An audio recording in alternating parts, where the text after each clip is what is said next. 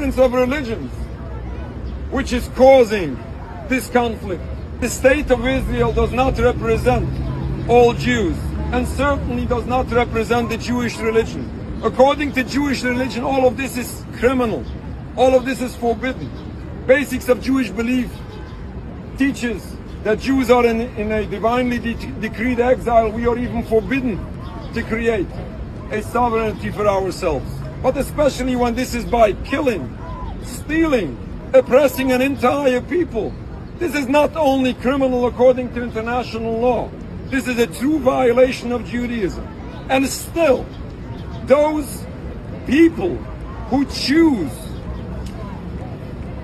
not to follow Judaism misuse that very same religion to justify all those crimes forbidden in Judaism.